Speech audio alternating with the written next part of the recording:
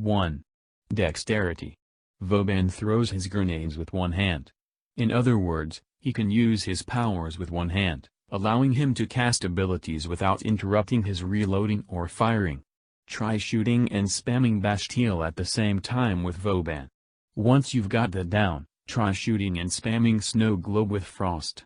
There's a noticeable difference. 2. Bounce. I will agree that it's the most useless ability in the game, but hear me out. Even though Parker 2.0 makes bounce useless for its intended purpose, that does not mean that bounce is without clever use. Drop some down on terminals on interception to act as temporary barriers to enemies attempting to hack them while you're away. Not only does bounce work by repelling enemies from terminals, but bounce has a 100% magnetic proc chance. Why does this matter? The second an enemy triggers the magnetic proc, you'll see it on your screen, and thus you'll know when to rush back to the interception terminal to gun down anyone there, as well as placing a new bounce down if needed. Basically, bounce functions as a notification mine. It will push off enemies that step on it while at the same time informing you of an enemy. 3. His reliability. It's often debated which Warframe is the best in terms of CC. Nova is capable of slowing and taking down massive amounts of enemies with her molecular prime, but it takes time to cover the distance to mobs of enemies.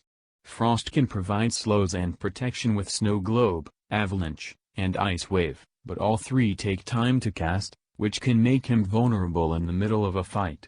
Vauban on the other hand does not suffer from Frost's or Nova's weaknesses.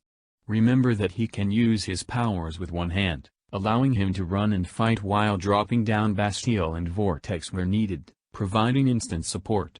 For Vauban, it's not a matter of is it safe to use my Bastille, it's can I get there in time and use my Bastille before my squad dies. 4. He's the overlord of Infested. It's common knowledge that Vauban is god tier when it comes to any mission with Infested, particularly Infested defense. Vauban's so powerful in Infested defense that he's practically capable of carrying an entire squad, if played with enough skill. I'm not joking. Get some friends together and go play some Infested defense. As long as you have a Vauban with you, you can take whatever the fuck you want into the mission and still succeed. Even if you're that small minority that loves to use Banshee with a turret, Axani, and Lecta, you'll still do fine in the mission as long as you have a Vauban. Hell, you probably didn't even know any of the weapons I mentioned existed. 5.